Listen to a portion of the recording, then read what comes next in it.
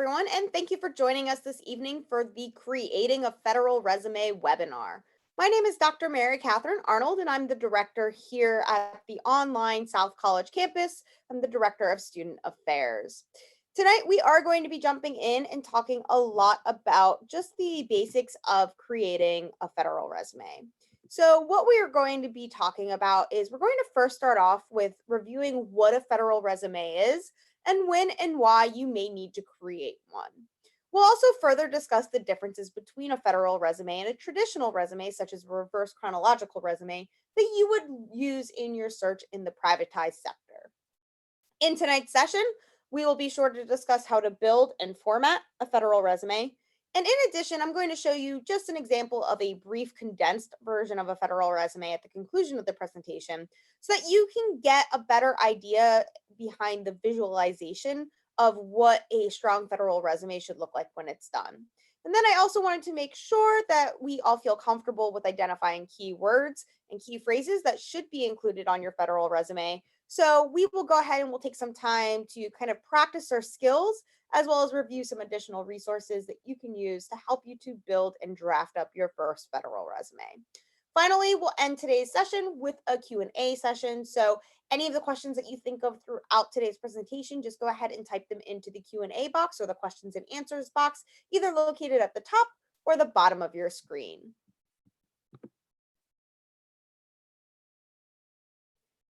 So in order to really explain what a federal resume is, there are three main questions that need to be answered. These include, what is the definition of a federal resume? When do you use a federal resume?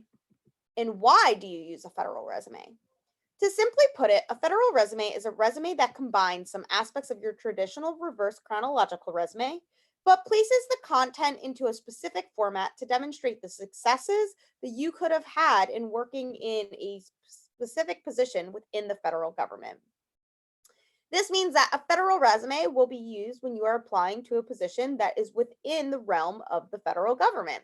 So it's exactly what it sounds like. Some of these agencies would include places like the Department of Veterans Affairs, the Department of Homeland Security, the Department of Defense, and the Department of Education. They may also include some of your military branches, so your Army, Air Force, Marines, etc., as well as places like your IRS, the FDA, the CDC, the Federal Aviation Administration, and more. I mentioned that a federal resume has some specific formatting features to it. This is the reason as to why you use a federal resume when you're applying to these types of agencies. Because the federal government wants to see different information on your resume, this will help you to meet the qualifications of what they are seeking. Since the federal resume has a different format from a traditional resume that you're going to see in that privatized sector, I often get asked the question of, well, what's the biggest difference between the two documents? Here's a chart that's going to discuss these major differences.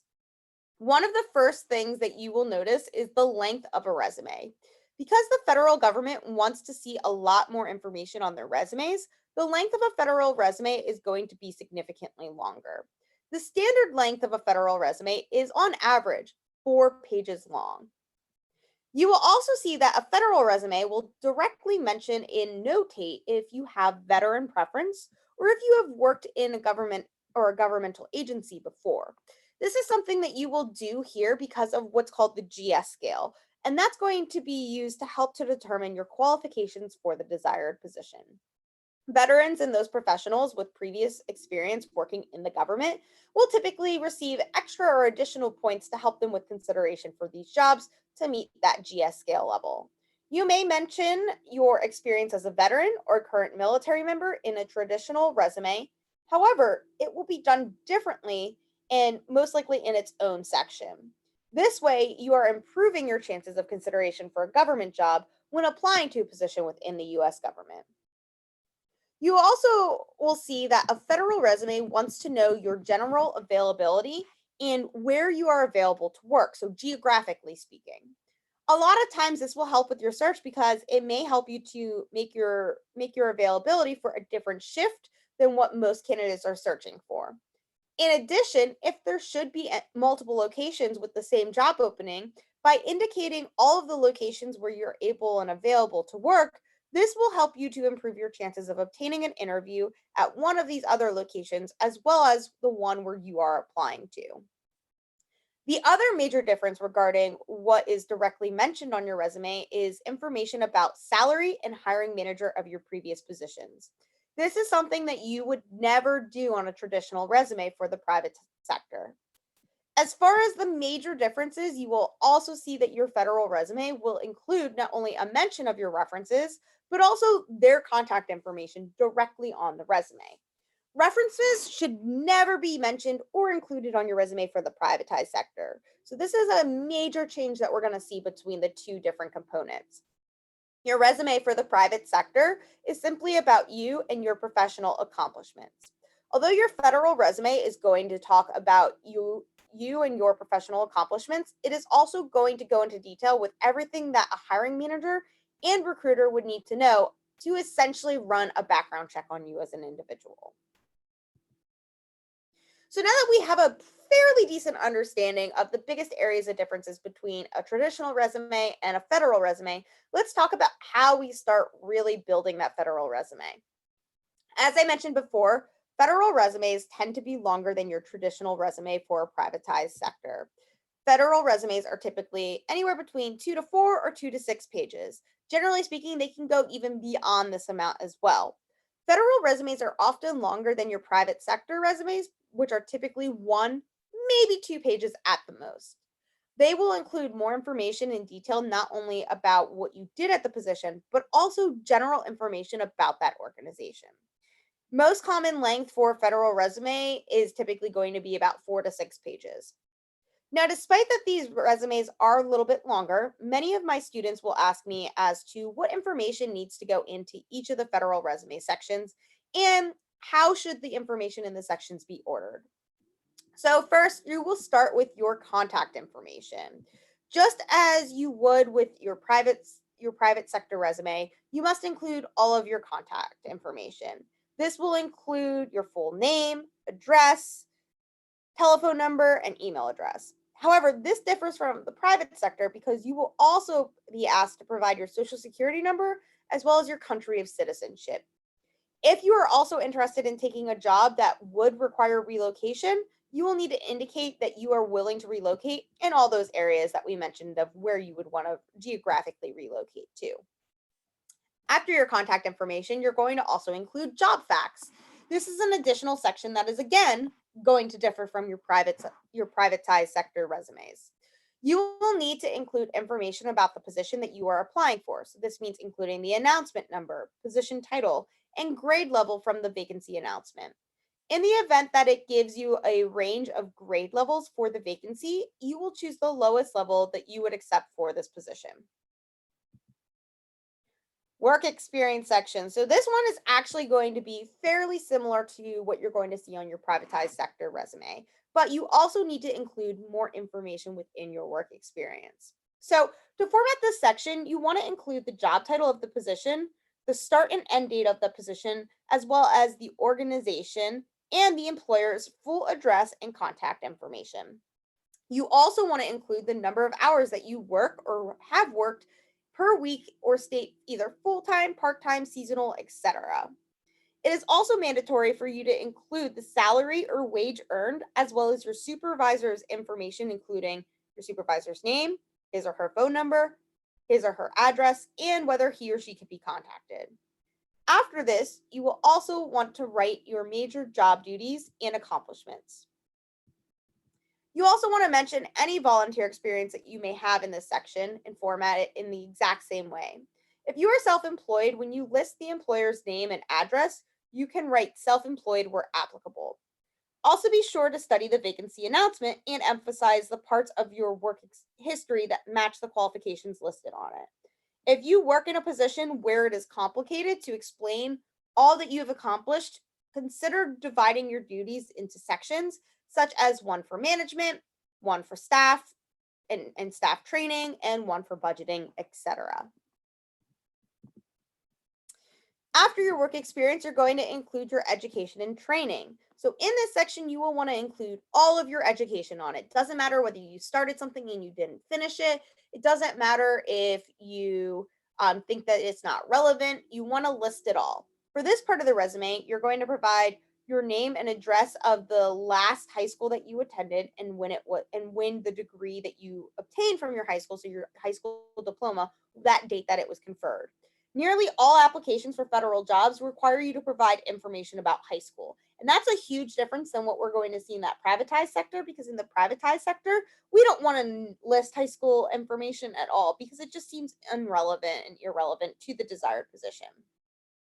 You also want to provide the names and addresses of any colleges or universities that you have attended and list the degrees that you received or the degrees that you were obtaining. You will want to be sure to list the month and year that the degrees were conferred, along with your major, minors, and any other areas of study. Some applications will want you to provide a number of credits that you have obtained as well and that you've earned. This can be really helpful if you have completed 24 or more credits in a subject related to that position. Because what those 24 credits are going to be kind of considered is that they're going to be considered the equivalency to a major. So even if you didn't pursue a degree in a specific area, but you still took 24 credits or more in that specific area throughout all your education, that can still be the equivalency of a major. If you are in school and have not graduated yet, you would just use the word expected before listing the month and the year that you anticipate graduating. Also within this section, list any specific courses that you have taken that relate to the job and that may be mentioned in the job description or the job announcement. Some agencies may also ask you to provide your current cumulative GPA, so just be prepared to do so if necessary. After your education and training, you're also going to include an other qualifications or awards section. This would be the section where you would want to include any mention of specific computer skills, maybe a knowledge of a foreign language, or professional designations. These should be skills and achievements that are not immediately obvious or mentioned earlier in your resume. Performance awards could also be listed in this section or in its own section to show any bonuses or awards that you have received based on your performance at your current job. You also want to, as I mentioned earlier, you also want to include references on your resume. Be sure to include the name of the person that is acting as your reference, their employer, their title at their job, their phone number, and their email. Check with your references to make sure that it is okay for them to be listed as one of your references prior to you submitting your application. Try to pick 2 to 3 professional references if at all possible. Some other tips just for you to think about is you definitely want to utilize the resume builders that are within those agencies whenever you are completing an online application, because they will automatically reorder and list the information in the order that that job is desiring to see your information. And it's going to automatically prioritize all that information for you based off of that job description. When doing this, if you're utilizing the resume builders, I always suggest just having all your information built and ready to go in a resume that's built in like a Microsoft Word document first, and then just copying and pasting those specific sections into the agency's resume builder as you go along.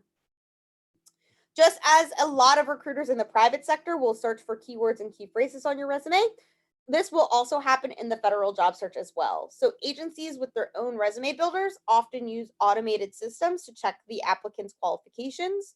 So they're going to search for those keywords and those key phrases. The more keywords that the computer or that software finds on an applicant's resume, the higher the applicant's score, which means the more likely you are to obtain an interview or for further consideration for the position. Now, not only is there a difference between the content and the amount of detail that each of these sections will have, but there's also some general formatting tips that you will see that are different and specific to a federal resume. Let's start by first looking at your margins. So, on a federal resume, there is no wiggle room. Your margins should always be set to 1 inch all around. Even if you are concerned about space, they should never go below a ½ inch. But generally speaking, you don't have to really worry about space on your federal resume because your federal resume is acceptable to be extremely long. The smaller that you make your resume, the more crowded that it will become. So it is recommended that you utilize a left aligned margins over any type of block justification as well. Remember that since your federal resume has flexibility on its length, again, it's just not that important to focus on the formatting as it is to just making sure that your formatting stays within the parameters of what the government wants to see. Now, your font type, you also want to make sure that it's aesthetically pleasing and aesthetically appealing. So stay with an easy to read font such as your Arial, Verdanda, Garamond, and Times New Roman. Anything that pretty much has a serif font, which is any of those fonts with the little tails on, like your T's and your Y's and your L's, those are always great to use on a resume. Now, your font size is another thing. So your resume should be easy to read. The best font sizes are between 10 and 12-point font. Be aware that some fonts at 12 points appear a little bit too large, while others at 12 points appear too small. So you really want to balance with whatever font you're choosing and the size, but still making it very easy to read. To better identify yourself in the section headers within your resume, font sizes can be slightly larger than in your headers than that of the body of your resume. Just make sure that you are staying consistent throughout the entire thing. You also want to make sure that you're avoiding using any use of colors. Most colors will not look strong enough on your resume and can actually weaken it.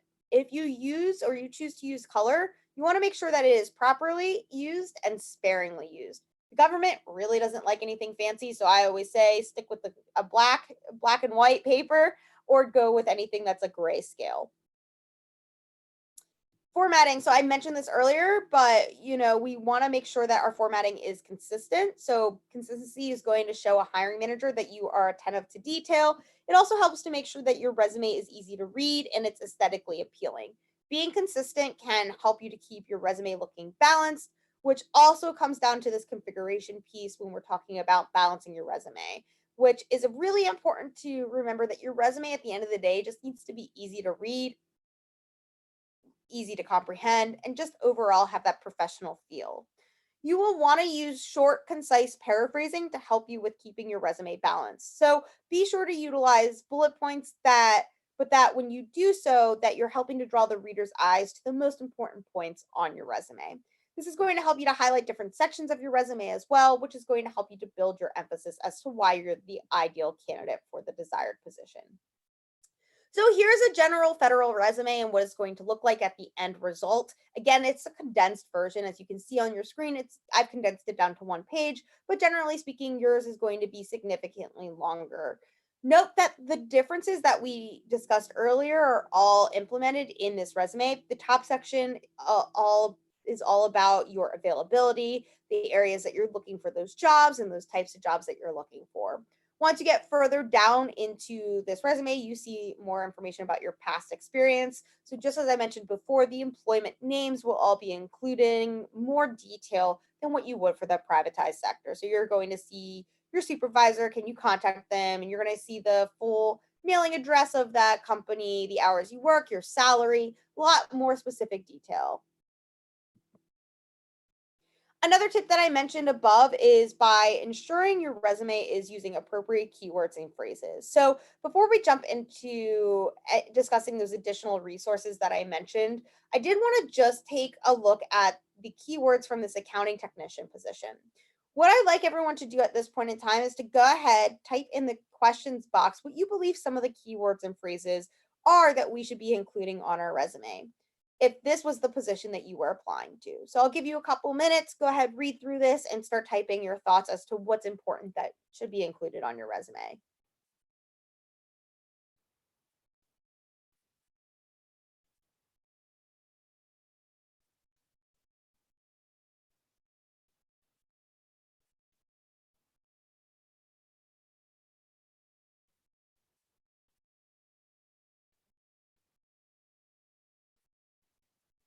All right, so I see that some of us said maintenance of ledgers or accounting data, balancing, reconciling, researching discrepancies, reviewing and examining accounting documents. These are all great. I would also put if we know the account codes, like if that's a specialty or a skill that we have, to add that. Inputting data is also going to be a big one that I would also suggest that we include, as well as maintaining and or reconciling accounts. Great work, everyone. We really hit the nail on the head with this exercise. So I do want to just take some time before we jump into the questions in the Q&A section of this presentation. I do want to take some time just to go through some additional resources that you'll hopefully find helpful when you are working on building and drafting up your first resume for the federal job search. So the first resource that you're going to see is usajobs.gov. This is a fantastic resource. It's going to be the number one resource that I would really recommend to all of my students to use because you can create resumes right through this platform, and it's going to provide instructions under the how to. So what are some of the things that you should really be doing? How do you create this part of your resume?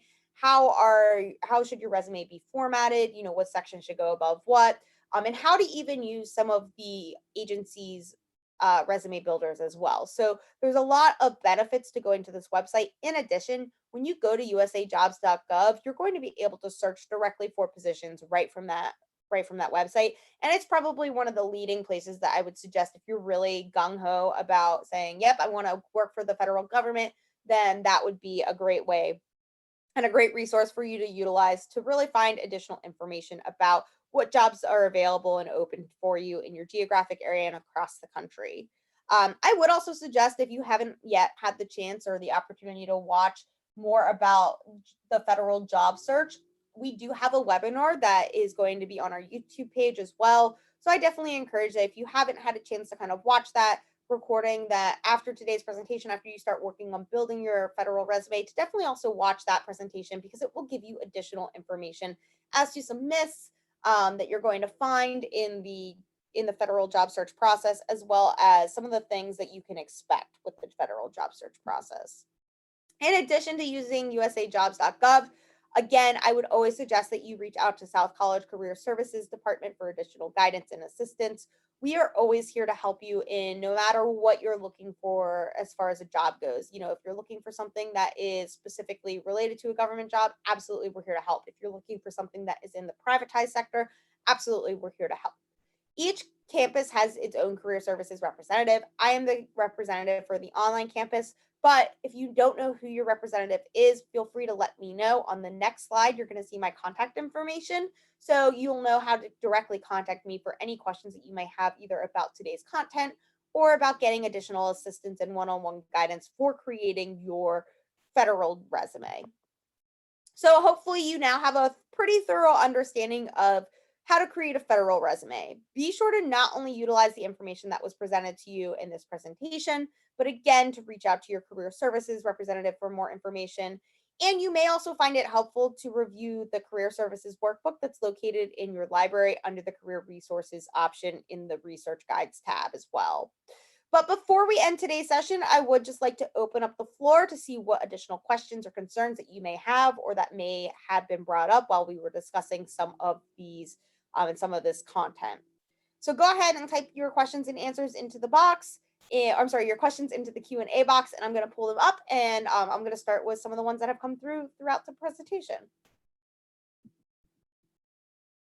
Should I edit my resume for every job that I apply to on a federal government or on the federal government or in the federal government? Absolutely. So that's a really great question. And just as we would with the privatized sector, we still want to make our resumes very geared towards that desired position, that position that we really want to enter and be a part of. Again, your resume is going to go through these scanning systems, regardless of whether you're applying for a job inside the government or outside the government. Your resume is going to get scanned by some type of software typically that's going to start to weed out those candidates who are not quite qualified for the position.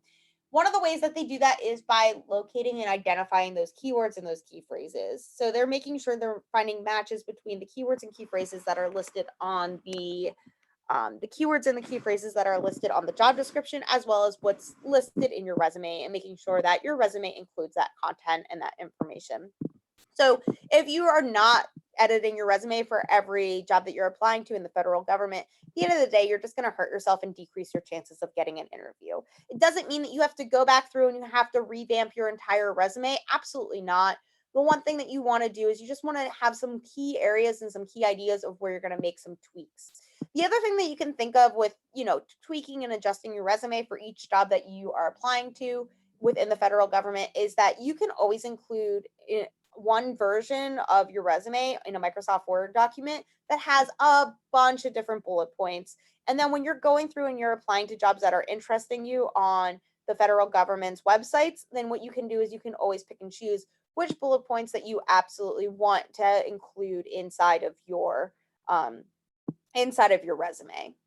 The next question that we have is usajobs.gov the only place that you can apply for a federal job? No, it's not, but it is the most comprehensive and all-inclusive resource. So I really do encourage you to start there. Again, for more information as to where to go to search for a federal job, I do suggest and do recommend that you go ahead and you take some time to watch and attend our federal job searching webinar.